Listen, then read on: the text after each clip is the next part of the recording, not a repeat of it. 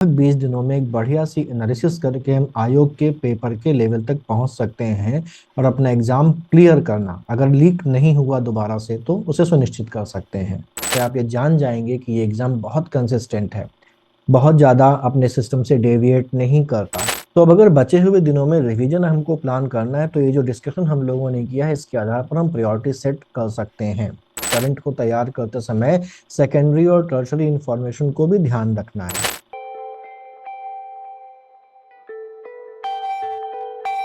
नमस्कार, UP PCS planners के एक नए वीडियो में आपका स्वागत है। कुछ हेल्थ इश्यूज की वजह से मैं बीच में वीडियो नहीं ला पाया। खैर, आज फरवरी की 26 तारीख है जब मैं ये वीडियो बना रहा हूँ और पीसीएस के प्री एग्जाम जो कि 17 मार्च को होने वाला है, उसके लिए लगभग 20 दिन का समय हमारे पास है। तैयारी सभी की हो गई होगी या अपने लास्ट फेज में होगी।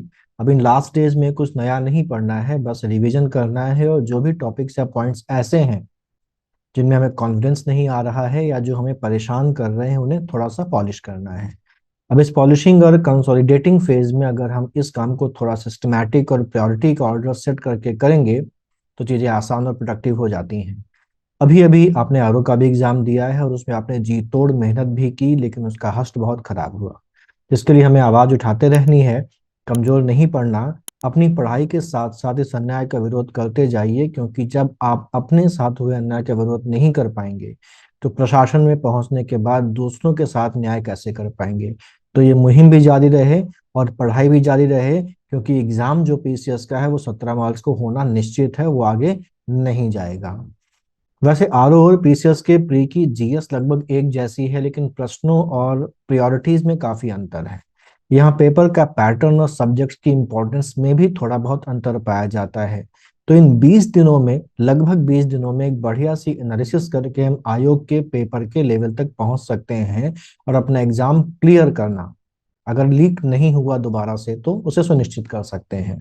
वैसे तो 2018 के बाद पेपर के लेवल में अंतर आया है, लेकिन ये भी सच है कि पेपर अपना लेवल कितना भी ऊंचा क्यों ना उठा ले, वो सिलेबस के अंदर ही रहता है। इसके अलावा हर एग्जाम का अपना एक कैरेक्टर होता है, अपनी एक मेथोडोलॉजी होती है और उसको वो हमेशा फॉलो करता है। इस एग्जाम का भी एक कैरेक्टर है, एक मेथोडोलॉजी है जो पिछले पेपर्स को देखने से, उनके एनालिसिस करने से, उनको देखने से समझ में और पकड़ में आ जाती है। 2015 से लेके 2023 तक के पेपर को देखने से आप ये जान जाएंगे कि ये एग्जाम बहुत कंसिस्टेंट है, बहुत ज्यादा अपने सिस्टम से डेविएट नहीं करता।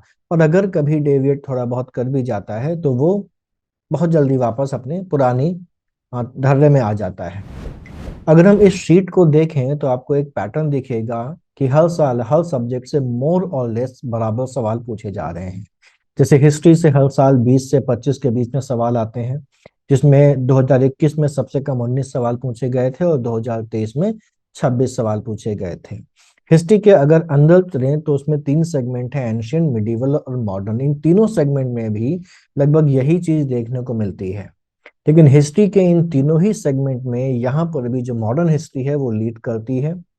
इसमें जो पूछे जाने वाले सवाल हैं उनका जो एवरेज है वो 10+ है। और सबसे ज्यादा सवाल 12 2021 में पूछे गए थे और मॉडर्न हिस्ट्री से सबसे कम सवाल 2018 में पूछे गए थे, 8 क्वेश्चंस। वहीं एंशियंट और मिडिवल के क्वेश्चंस का एवरेज 6-6 का हम मान सकते हैं। ज्योग्राफी की अगर बात करें तो ज्योग्राफी में लगभग 18 से 20 प्रश्न के बीच हर साल पूछे जाते हैं। और जैसा हम लोगों ने आरओ में देखा था कि आरओ में वर्ल्ड ज्योग्राफी और इंडियन ज्योग्राफी में से इंडियन ज्योग्राफी से ज्यादा क्वेश्चंस आ रहे थे। लेकिन पीसीएस की बात करें तो पीसीएस में आरओ के अपोजिट वर्ल्ड ज्योग्राफी लीड करती है, जिसमें औसतन 10 सवाल तो आते ही हैं और पिछले 3-4 सालों से इसके क्वेश्चंस का प्रोपोर्शन बढ़ता ही जा रहा है। 2020 में इससे 10 सवाल आए थे, 2021 और 2022 में 11-11 और 2023 में 13 प्रश्न इस टॉपिक से पूछे गए थे। इसके बाद पॉलिटी को अगर देखा जाए तो ये बहुत लीड दे सकता है, क्योंकि हिस्ट्री और ज्योग्राफी की तुलना में ये एक छोटा सब्जेक्ट है और इसमें रिपीटेड क्वेश्चंस बहुत ज्यादा पूछे जाते हैं। Polity on an average 20 questions आपको देता है। इसमें सबसे कम 16 क्वेश्चन 2018 में पूछे गए हैं और सबसे ज्यादा 28 क्वेश्चन 2021 में पूछे गए हैं। वहीं 2023 वाले एग्जाम में इस सब्जेक्ट से 21 क्वेश्चन पूछे गए थे। इसके बाद सबसे इंपॉर्टेंट सब्जेक्ट रूप में एनवायरनमेंट सामने आता है, जिसका एवरेज 16 क्वेश्चंस का माना जा सकता है, लेकिन इसमें 22 क्वेश्चंस तक पूछे जा चुके हैं। वहीं 2018 के बाद से सेंसस और यूपी स्पेशल से पूछे जाने वाले क्वेश्चंस की जो संख्या है वो लगातार कम होती जा रही है। वहीं स्टैटिक इकोनॉमी और साइंस से भी 10 क्वेश्चंस ऑन एन एवरेज पूछे जाते हैं। 2024 के इस एग्जाम में अगर हम इस पास्ट ट्रेंड को देख के कुछ आ, देखें तो हम ये मान सकते हैं कि एंशियंट हिस्ट्री में से 6 सवाल पूछे जा सकते हैं, मिडिवल से भी 6 सवाल और मॉडर्न से 10 सवाल पूछे जा सकते हैं, यानी कि हम यहाँ पर हिस्ट्री से कुल 22 क्वेश्चन एक्सपेक्ट कर सकते हैं 150 में से।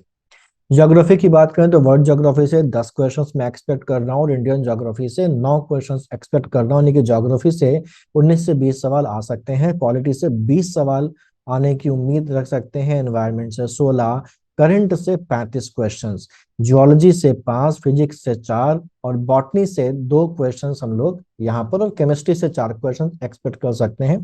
गवर्नमेंट की स्कीम से पूछी जाती हैं जिनसे 4 क्वेश्चन हम एक्सपेक्ट कर सकते हैं। तो अब अगर बचे हुए दिनों में रिवीजन हमको प्लान करना है तो ये जो डिस्कशन हम लोगों ने किया है इसके आधार पर हम प्रायोरिटी सेट कर सकते हैं। अगर हम सेगमेंट वाइज देख के चलें तो सबसे पहले और मोस्ट इंपॉर्टेंट सेगमेंट में हमें polity, modern history, medieval history, environment, geology और वर्ल्ड ज्योग्राफी को रखना चाहिए और इनको अच्छी तरीके से रिवाइज कर लेना चाहिए। दूसरे सेगमेंट में हमको ancient history, Indian geography, economy का स्टैटिक पोर्शन, केमिस्ट्री, फिजिक्स को रखना चाहिए और इनको भी अच्छे तरीके से रिवाइज करना चाहिए, और उसके बाद जो बाकी टॉपिक्स बचते हैं उनको थर्ड सेगमेंट में हम रख सकते हैं।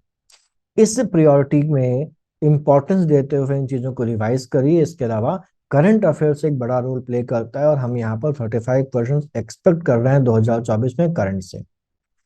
जैसा हम लोगों ने देखा आरओ के एग्जाम में कि करंट थोड़ा सा अलग आया था और करंट में प्राइमरी इंफॉर्मेशन के साथ सेकेंडरी और टर्शरी इंफॉर्मेशन भी पूछी गई थी, तो यहाँ पर भी आपको करंट को तैयार करते समय सेकेंडरी और टर्शरी इंफॉर्मेशन को भी ध्यान रखना है।